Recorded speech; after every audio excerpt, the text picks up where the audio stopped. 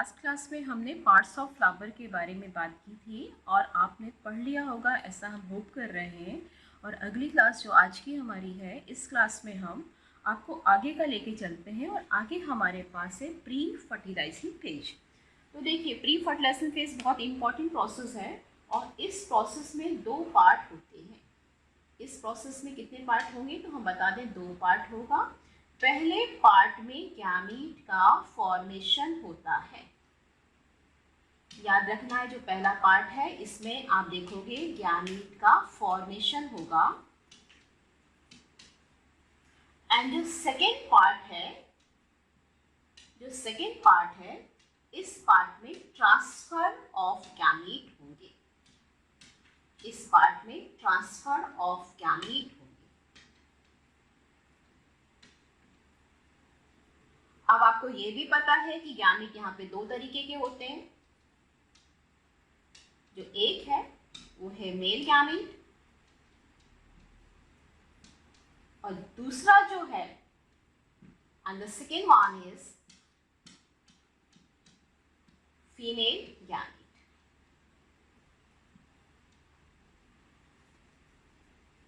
हाँ, तो हमने क्या बात की, प्री फर्टिलाइजेशन फेज में 2 पार्ट में ये प्रोसेस पूरी होने वाली है। ये पार्ट अंडरस्टूड है, फर्टिलाइजेशन के पहले है। यहाँ पे फर्टिलाइजेशन की तैयारी हो रही है, तो तैयारी के जो चीज़ की रिक्वायरमेंट होगी वो यहाँ पे फॉर्म होगी।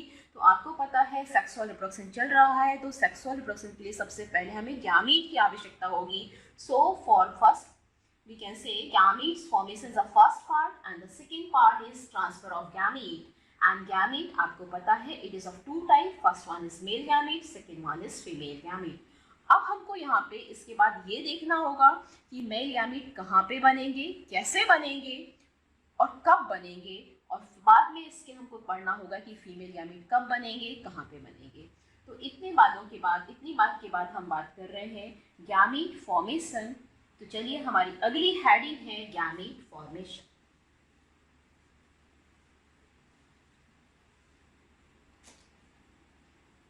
हम यहाँ पे मेल गैमीट का फॉर्मेशन डाल देते हैं। Now the heading is male gamete formation.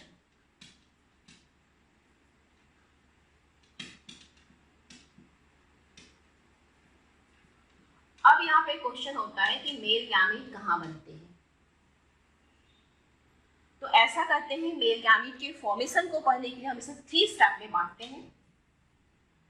जो हमारे पास पहला स्टेप होगा, आपको पता है एंडोशियम मेल पार्ट है, हम देख चुके हैं, और स्टेमेन इसकी यूनिट है। तो हम सबसे पहले यहाँ पे स्ट्रक्चर ऑफ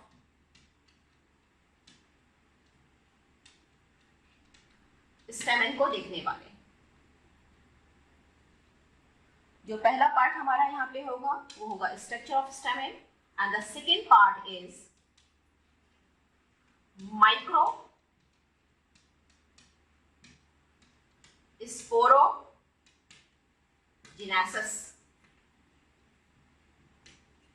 अभी आपको नया टर्म लग रहा है, मैं एक एक बात को क्लियर करूंगी। मेल गैमीट का फॉर्मेशन, तो it is completed in 3 step. The first step is structure of stamen, हमको पढ़ना है। Now the second part is microsporogenesis and the third part is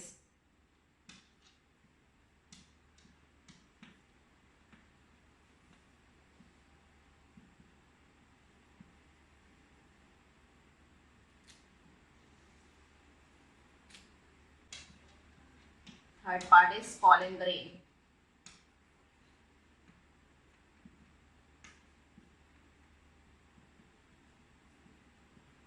और माइक्रोस्कोप। तो चलिए, हमने यहाँ पे मेल गैमीट का फॉर्मेशन देखा। It is completed in 3 step. The first step is structure of stamen, second one is microsporogenesis and third is pollen grain का structure हमको देखना है। तो मेल गैमीट का फॉर्मेशन पढ़ने के लिए हमें इन तीनों स्टेप को क्लियर करना पड़ेगा। आपने समझ लिया? तो हम अब यहाँ पे बात करते हैं सबसे पहले स्ट्रक्चर ऑफ स्टेमेन के बारे में। तो हमारा फर्स्ट पार्ट जो है वो है structure of stamen.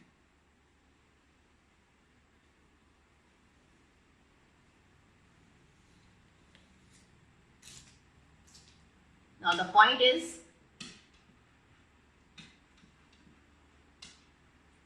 structure of stamen.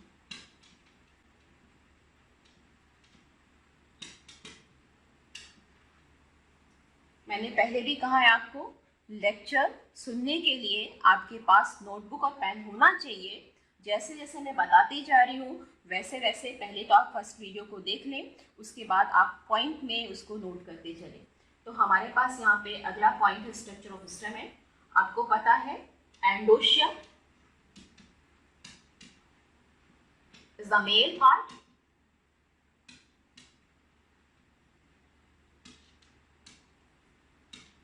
And unit जो इसकी है वो है स्टेमेन।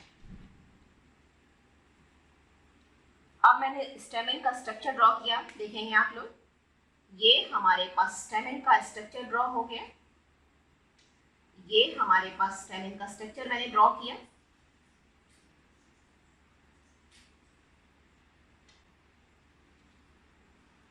आप देखिए, ध्यान से देखिए इसको। It consist of two part, this one is upper part and this upper part is known as anther, and the second one is lower part and this one is known as filament.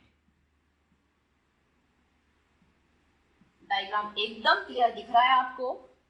and stamen has two parts, the upper part one is known as anther and the lower one is known as filament. Clear है, ये रहा anther, ये रहा filament. And anther is the most important part. अब मैं anther को बताने वाली हूँ। तो आप ध्यान से देख रहे हैं, आपके एंथर में यहाँ पे दो भाग हैं, फर्स्ट पार्ट ये और सेकेंड पार्ट ये, and these part are known as anther lobe. हम इस पार्ट को बोलते हैं एंथर लोब। यानी मैं अगर आपसे पूछूं कि आपके एंथर में कितने लोब्स दिखाई दे रहे हैं, तो आपको आंसर पता है कि anther has two lobes. Okay, तो हर एक एंथर में दो लोब पाए जाते हैं। It means anther shows bilobe condition. आपका जो एंथर दिखाई दे रहा है और ये कौन सी कंडीशन को शो कर रहा है, तो आप समझ पा रहे हो, इट शोज बाइलोब कंडीशन। आपके एंथर में बाइलोब कंडीशन है। क्लियर है मेरी बातें? अब ध्यान दीजिएगा, मैंने यहाँ पे हर एक लोब में डिवीजन करना है, मुझे यहाँ पे पार्टीशन बनाना है, तो मैंने हर एक लोब में पार्टीशन ड्रॉ कर दिया। ये रहा पार्टीशन, ये रहा पार्टीशन। यानी कि अभी तक हम आपके को बोल रहे थे कि दो हमारे पास यहाँ पे एंथर लोब है, लेकिन इसके बाद हमारा सेंटेंस चेंज हो जाएगा। Okay, it has two anther lobe but each anther lobe has two chamber. So this one is first chamber, this one is second chamber, this one is third chamber, this one is fourth chamber. यानी कि अब आप बोल सकते हो हमारे पास दो anther lobe हैं, but हर एक anther lobe has two chamber. That's why we can say it has four chamber. यहाँ पे चार चैम्बर दिखाई दे रहे हैं, and these chamber are known as micro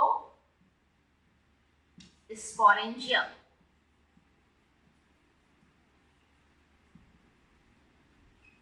हमने यहाँ पे हर एक चैम्बर को क्या नाम दिया? माइक्रोस्पोरेंजियम।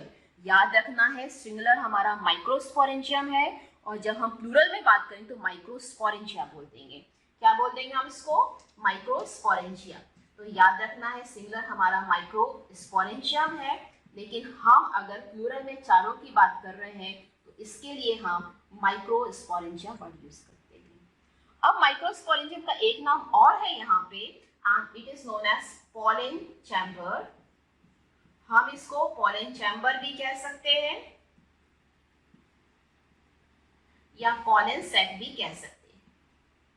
क्लियर है मेरी बातें? मतलब अब आपका डायग्राम क्या कह रहा है? ये डायग्राम बोल रहा है कि anther has two lobe which is known as anther lobe, but each lobe is divided into two chamber.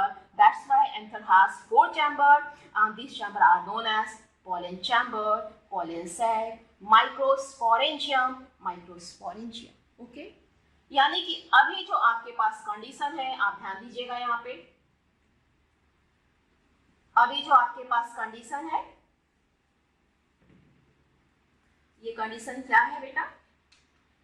ये कंडीशन है बाइलोब एंड चार चैम्बर है, so it is known as tetrasporangiate. नया टर्म, नया word, tetrasporangiate, bilobed and tetrasporangiate. अगर आपसे कोई पूछता है एंथर कौन सी कंडीशन शो कर रहा है, तो आपको अंडरस्टूड है ये वाली कंडीशन शो कर रहा है। इस कंडीशन को इतने सारे को मैंने शॉर्ट में बोल दिया, बाइलोब्ड एंड टेट्रास्पोरेंजिएट। ओके, इसके लिए एक और टर्म होता है, ध्यान देंगे, and it also known as dithecous. अगर मुझे इतना सारा नहीं बोलना कि बाइलोब्ड और टेट्रास्पोरेंजिएट है, तो हमारे पास एक टर्म है और इस टर्म को क्या बोलना है, डाइथीकस। डाइथीकस से हम इस सारी कंडीशन को रिप्रेजेंट कर सकते हैं, मतलब 2 lobe and 4 chamber condition is known as bilobed and tetrasporangiate condition is known as dithecous.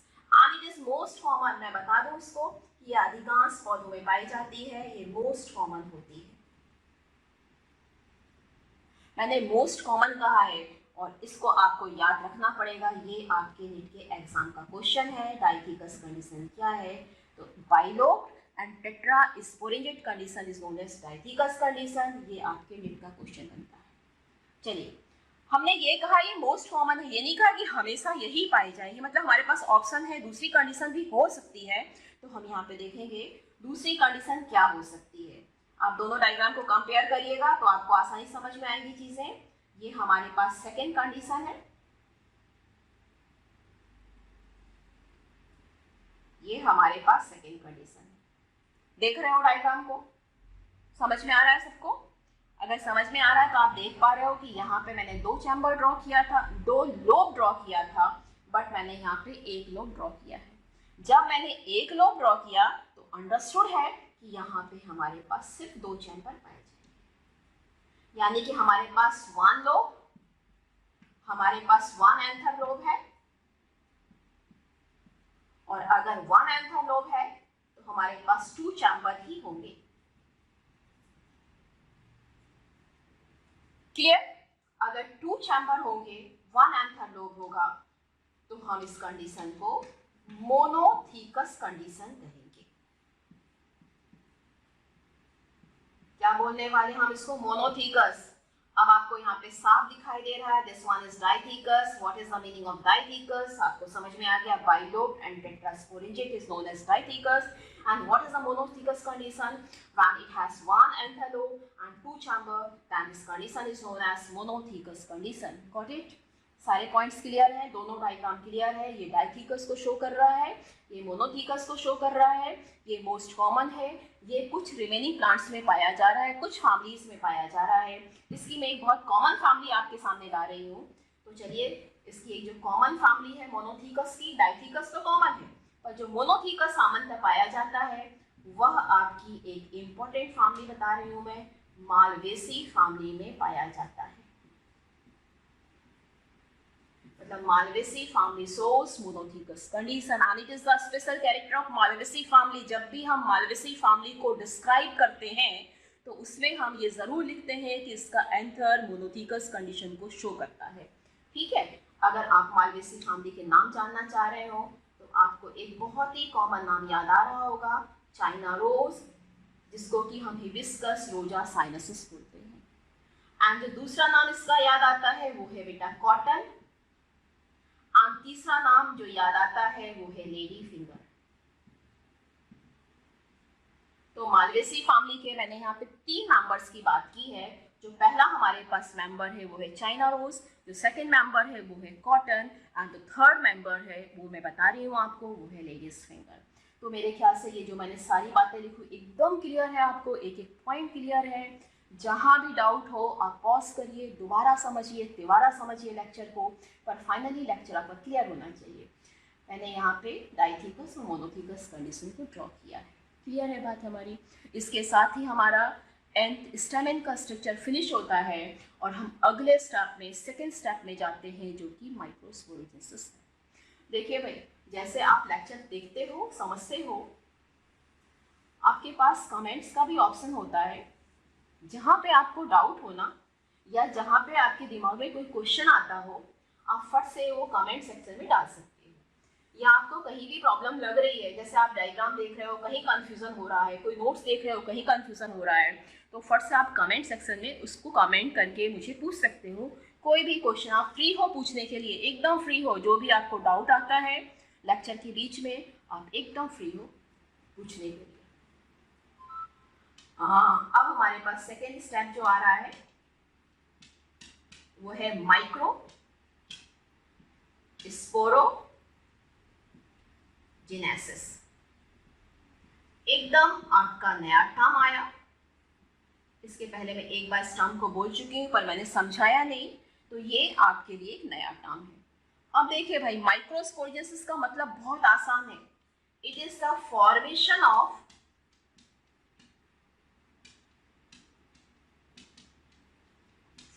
Of microspore. अगर आपके पास क्वेश्चन आता है व्हाट इज माइक्रोस्पोरोजेनेसिस, तो आपका आंसर एक लाइन में आएगा, it is the formation of microspore is known as microsporogenesis. अब आपके पास क्वेश्चन मिलता है कि यह प्रोसेस कहाँ पे होती है, तो अंडरस्टूड है it is present inside the male part और एंडोशियम में स्टेमेन के एंथर में यह प्रोसेस कंप्लीट होती है। एंडोशियम के स्टेमेन के एंथर में माइक्रोस्पोरोजेनेसिस चलती है। आपको याद है हमारे पास मेल गैमेट का फॉर्मेशन हो रहा है, तो मैं यहाँ पे बता रही हूँ कि यह प्रोसेस कहाँ पे चल रही है, माइक्रोस्पोरोजेनेसिस कहाँ पे चल रही है, तो अंडरस्टूड है मेल पार्ट में ही चलेगी। मेल पार्ट एंडोशियम है, यूनिट स्टेमेन है, स्टेमेन के एंथर में माइक्रोस्पोरोजेनेसिस की प्रोसेस कंप्लीट होती है। अब जब मैंने यहाँ पे अब मैं यहाँ पे बात करूंगी एंडोशियम में बनता क्या है बेटा, तो एंथर में बनता है माइक्रोस्पोर। एंथर में क्या बनता है, माइक्रोस्पोर। माइक्रोस्पोर यानी कि स्मॉलर स्पोर, समझ में आ रहा है, स्मॉलर स्पोर। इसके बाद में एक बहुत इंपॉर्टेंट पॉइंट को डिस्कस करने वाले हूँ। 3 पॉइंट मैंने यहाँ पे बताया। Formation of microspore is known as microsporogenesis and it is present inside the endothecium or we can say it is present inside the anther of stamen, and microspore are the smaller spore which is formed inside the endochium. Okay, अब इसके बाद देखिएगा जरा,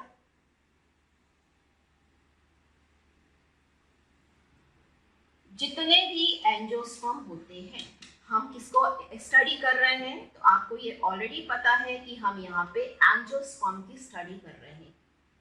जितने भी angiosperm होते हैं all they are heterosporic in nature. Angiosperm are heterosporic in nature. What is the meaning of heterospory? So we can say it has 2 types of spore,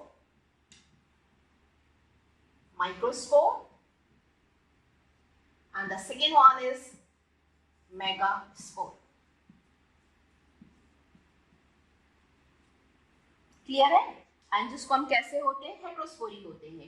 heterospory का मतलब क्या है, जब माइक्रोस्पोर बने और मेगास्पोर बने तो हम इस कंडीशन को हेटेरोस्पोरी कहेंगे। जो माइक्रोस्पोर बनेगा वो मेल पार्ट में बनेगा और जो मेगास्पोर बनेगा वो फीमेल पार्ट में बनेगा। क्लियर है बात हमारी? अगर ये हेटेरोस्पोरी है तो हमारे पास एंजियोस्पर्म तो नहीं होते, बट अदर हमारे पास जो प्लांट्स होते हैं, कई सारे प्लांट्स होमोस्पोरिक भी होते हैं, मतलब they have capacity to produce only 1 type of spore. हम वहाँ पे माइक्रोमेगा ना बोल के सिर्फ एक ही प्रकार के स्पोर बोलेंगे, तो हम उस कंडीशन को बोलेंगे होमोस्पोरिक। मतलब angiosperm are always heterosporic in nature, but other group like some pteridophytes they have capacity to produce only 1 type of microspore, only 1 type of spore, and that is known as homosporic condition. आपको clear हो गया? Angiosperm है तो हेटेरोस्पोरिक होगा, लेकिन अगर मैं other group की बात करूं, जैसे टाइडोफाइट से कुछ ग्रुप की बात करूं, तो वह होमोस्पोरिक होते हैं। क्लियर है मेरी बातें इतनी? तो ये आपको समझ में आई बात। अब मैं आगे कंटिन्यू करती हूँ।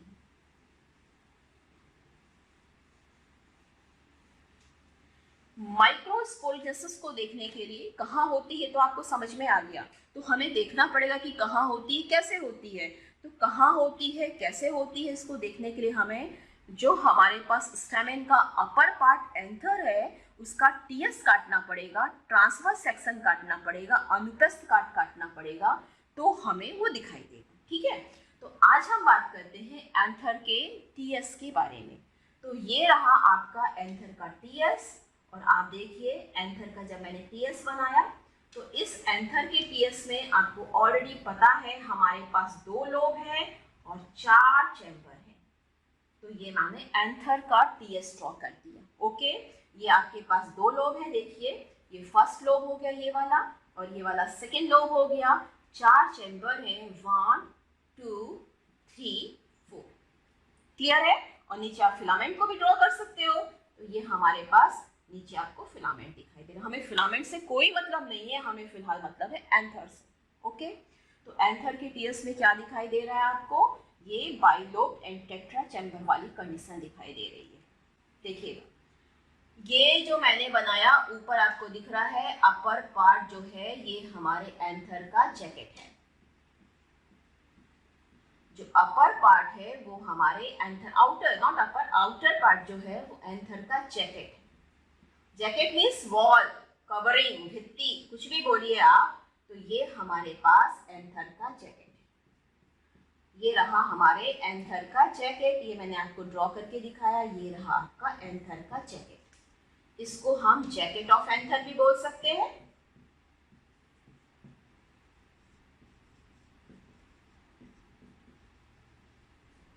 और वॉल भी बोल सकते हैं। क्लियर है बात हमारी? अब इसके अंदर, चैम्बर के अंदर, चैम्बर के अंदर ये आपको टिश्यू दिखाई देंगे, ये आपको टिश्यू दिखाई देंगे। ये रहे टिश्यूज। अब इन टिश्यू को हम क्या बोलने वाले हैं देखिएगा, इनको हम बोलने वाले हैं स्पोरोजिनस टिश्यू। सिंपल, एंथर की स्टडी की। Anther is covered by wall और jacket, and inside the jacket it has sporogenous tissue. Okay, and इसके सेंटर में आपको यहाँ पे कनेक्टिंग स्टैंड दिखाई देगा, और कनेक्टिव टिश्यू दिखाई देगी। क्लियर है मेरी बातें? माइक्रोस्पोरेजियसिस की बात कर रहे थे हम। माइक्रोस्पोरेजियसिस को देखने के लिए हमें एंथर का टीएस काटना पड़ा, एंड एंथर का जब हमने टीएस काटा तो it shows bilobe tetrasporangiate condition, and the outer covering of anther is covered by jacket, and inside the jacket it has sporogenous tissue, and बीच में हमारे पास यहाँ पे कनेक्टिव स्टैंड पाया जा रहा है, कनेक्टिव टिश्यू पाया जा रहा है। क्लियर है बात? अब अगली क्लास में, आज लेक्चर में यहीं पे ख़त्म करूँगी, और एक्सपेक्ट करूँगी कि आप इसको लर्न कर लीजिए, समझ लीजिए, और अगर कहीं कन्फ्यूज़न होता है तो आप इसको कमेंट्स में बताइए कि कहाँ आपको कन्फ्यूज़न हुआ। और याद रखना आपको, अभी हमने सिर्फ बताया कि वॉल है, स्पोरेजियस टिश्यू है। वॉल का डिटेल मुझे बताना ज़रूरी है, डिटेल में बताऊँगी अगली क्लास में मैं, और टिश्यू के बारे में भी कैसे आगे प्रोसीड करेगा इसको भी बताऊँगी। ओके, बाय, पढ़ के रखिए।